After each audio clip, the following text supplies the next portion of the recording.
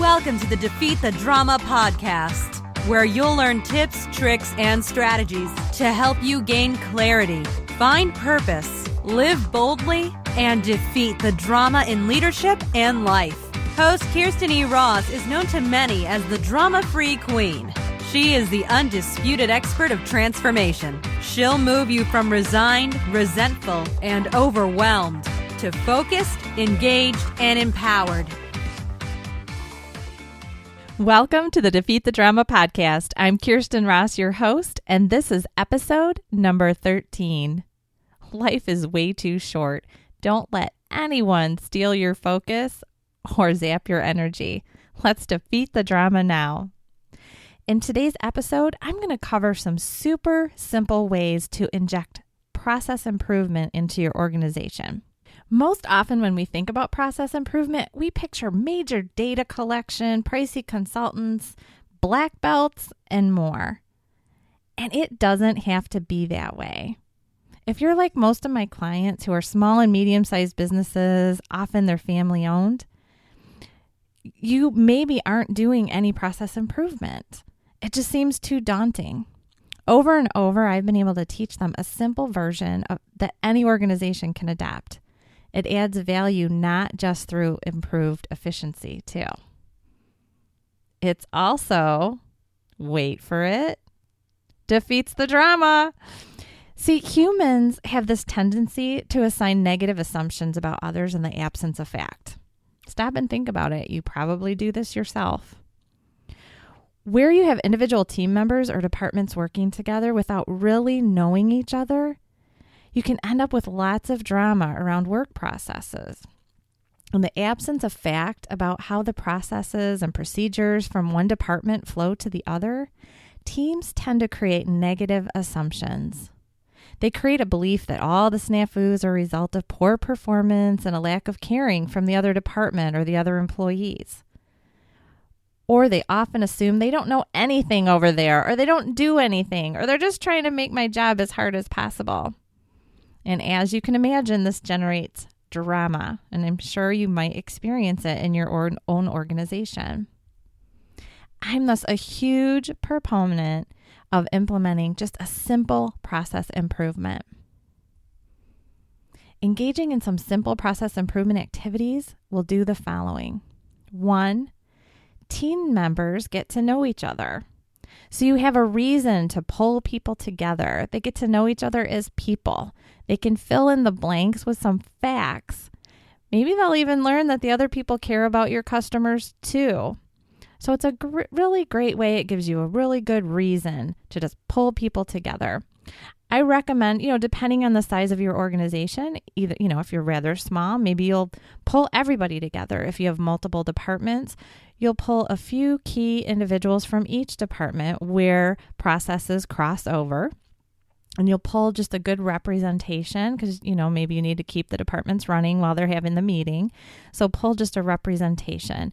And hopefully the people who participate will take some good data back to the people who aren't in the meeting. You can also rotate participation. So maybe someone sits on your process improvement team for 6 months or a year, and then you rotate them out. Another great thing that happens is employees gain an understanding of the workflow.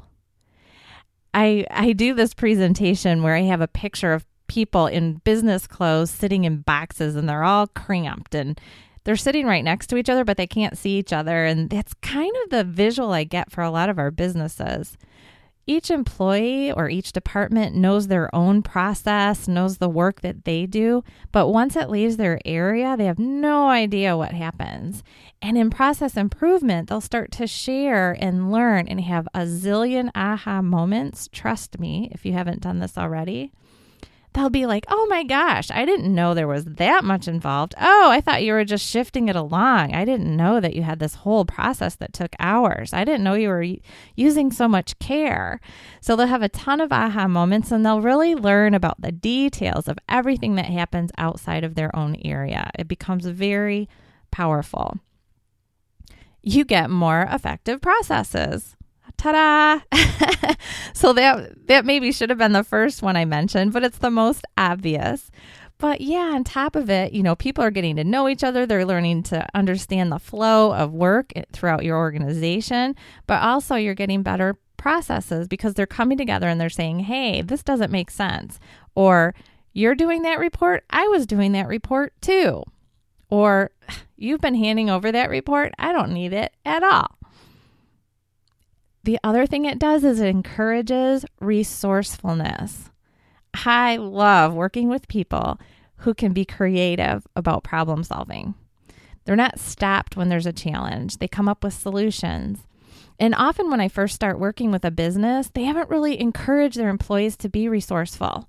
So everyone, when they have a snafu or a challenge, goes to their supervisor or their manager or that one person who they've identified as the one who owns the ability to solve problems. And the problem with that is that when there's a challenge and that person's not available or they're dealing with the 800 other problems that have happened that day, it slows down everything.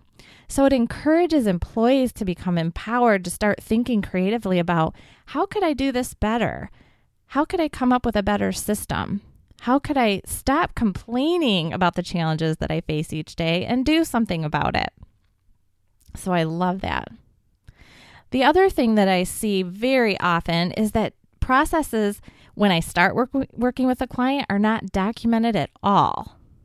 So one employee tells the next, and it's like the telephone game, and maybe the process changes along the way. But if the one person who knows the process isn't there, there's nowhere to look it up. So also, it's a great way to get all of your best practice processes documented and in an area where everyone can get access. So usually in these days, it's on an intranet or something, so somewhere on your computer system. In the olden days, I'm dating myself now, it used to be in a binder. Some of my clients still use binders. That's all good, but most of them keep the processes digitally. So if you want to implement simple process improvement, here's where you start. Pull that team together, whoever it's going to be. And like I said, it can be your whole team if you're smaller, or a representative grouping from departments that need to work together. Pull them together and start getting them brainstorming. Just capture all of it initially on a flip chart or some kind of board, and then put it into a Word document or an Excel spreadsheet. I have a great example of just something super simple in the show notes. And as always, you can find the show notes on defeatthedrama.com and go to the podcast site. But so what you want to do is get them brainstorming about constant frustrations, frequently missed deadlines, and kind of what creates those, tasks that take longer than they should, hiccups, snafus, whatever you want to call it, just those ongoing burdens that make work harder. So get everyone brainstorming and just capture all of them on a big list that everyone can see. Once you get that list created, that's your starting point. Now you're going to go back through the list with that same team, probably during the same meeting, and start prioritizing. Where do you want to start? I encourage you to start with what I call the biggest bang for the buck.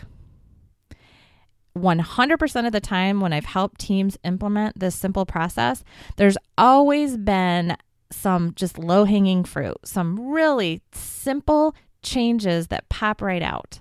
So I call it the biggest bang for the buck because it's usually some sort of process change that's going to be really simple to implement, and it's going to have a big impact. What that does is get your team really excited, like, wow, we get to make a change.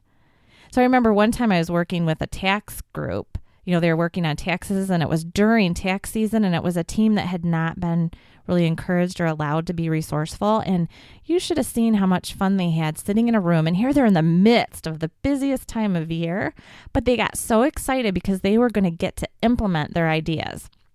So instead of a challenge just hitting you in the face every day, they got to come up with ideas, and we looked for the big bang for the buck stuff, and we made changes that they were able to implement that day. And so it impacted ultimately that tax season for them. So it was awesome. So start by prioritizing the list and circle just a few of the things that look like they would be super easy to implement.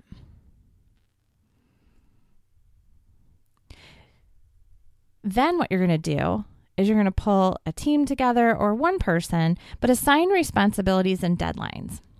So I encourage you to pick one person, call them the driver or the owner of that process improvement. And again, they might be the only one, or they might have a little team, but it might be a subset of your whole process improvement team, or maybe some other people they'll pull that are involved on the team. And you're going to give them responsibility for coming up with the better process. Then they're going to have the doers. So one person's responsible, but they might have some doers helping them. So it's whoever's going to come up with the better process. You're not going to come up with the better processes in the meetings generally, unless everyone in the meeting needs to participate. Then it might make sense. But really, your process improvement meetings are just to identify issues and give quick updates. So you assign a driver or an owner and a doer, and this is on the little work document, the Word document or the Excel spreadsheet. There's different columns and one's titled the driver or owner and one's titled the doers. And then you're going to give them deadlines for all or part of the solution. So hopefully by your next meeting, and I would have these every other week or maybe once a month, something like that, they'll come and have some updates. And if it's that big bang for the buck one, it'll probably be done. So during your follow-up meeting, so in your initial meeting, you're doing the big list, then you're prioritizing, and then you start pecking them off.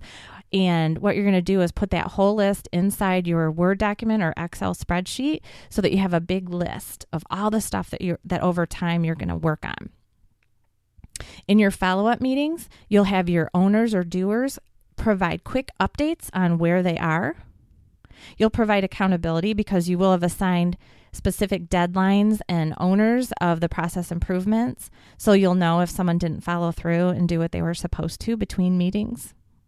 You'll identify new issues. So ask hey, is there any other new stuff that we didn't think about already that we need to add to our list?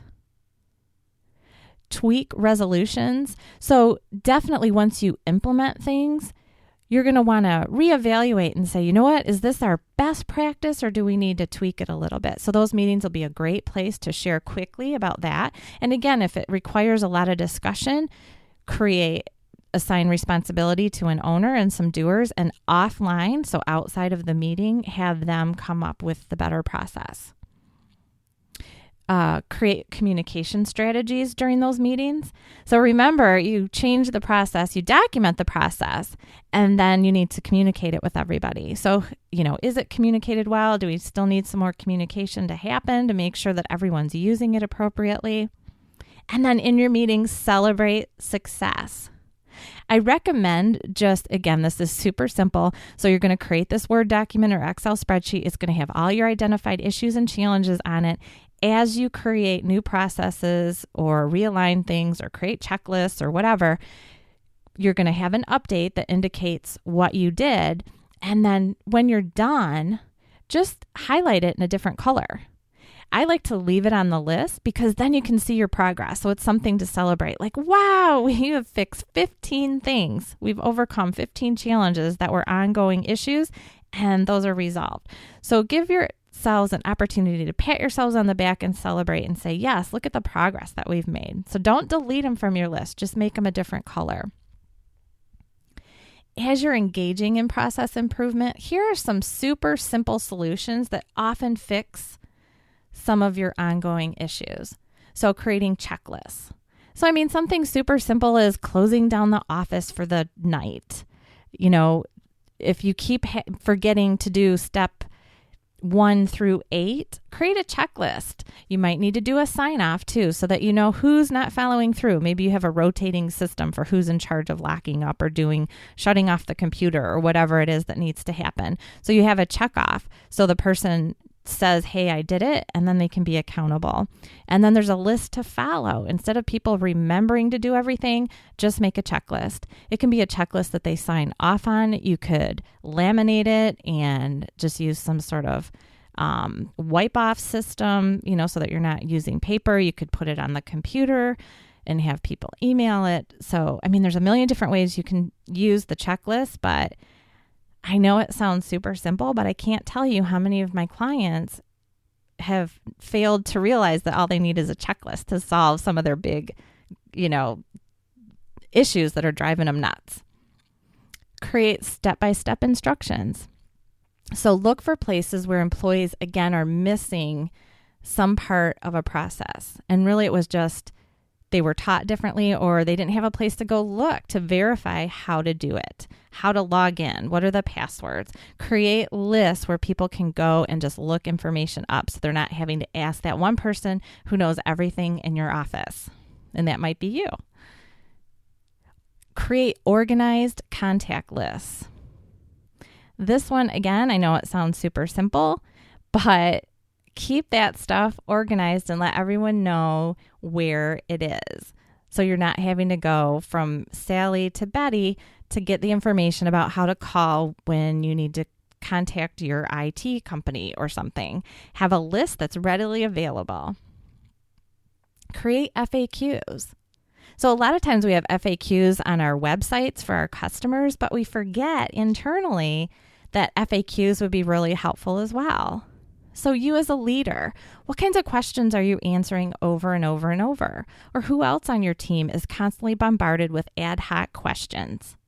Create a system where people can just do a quick lookup to get their answers so that individuals aren't constantly interrupted.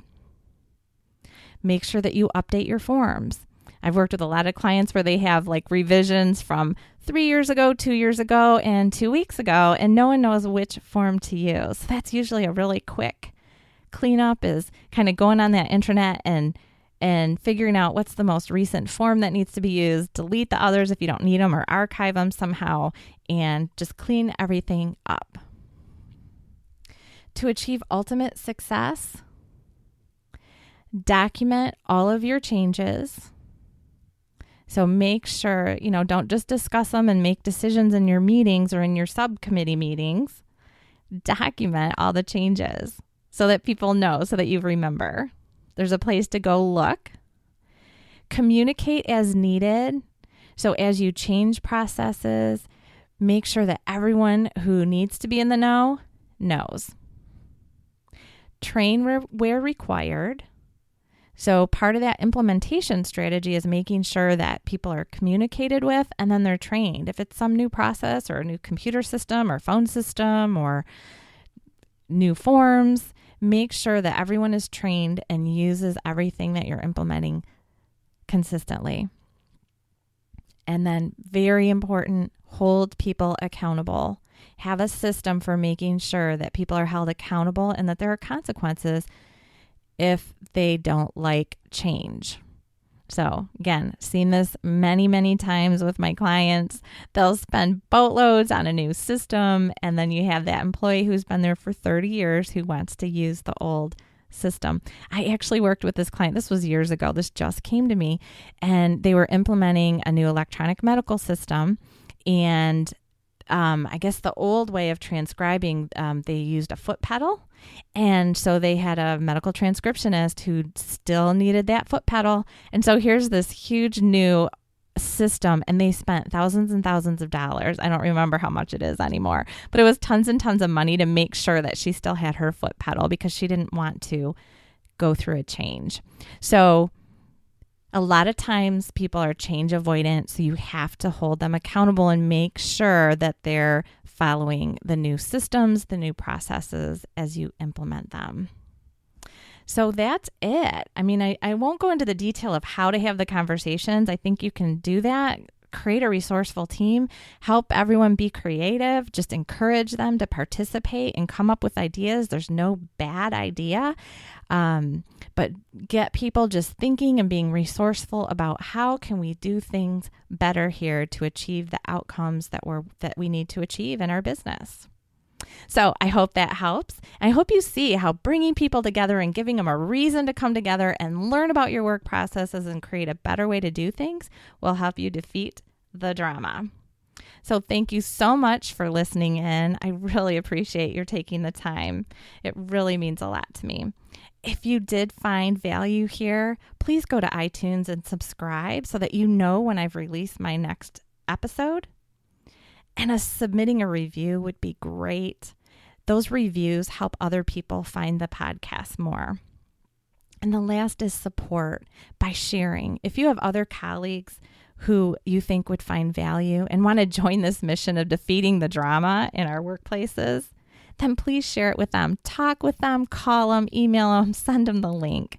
Let's defeat the drama now. Don't let anyone steal your focus or zap your energy. And as always, the show notes are available by going to the defeatthedrama.com website, click on the podcast site, and then find the episode to get the full show notes. Because I know chances are you might be driving in your car or working out while you're listening. In addition, if you'd like me to help you defeat your drama, go to the Submit Your Question button. And from there, you can either record your message that might be used on a future podcast or send me your message with your drama challenge. I'll create some customized solutions for you and share it on a future episode.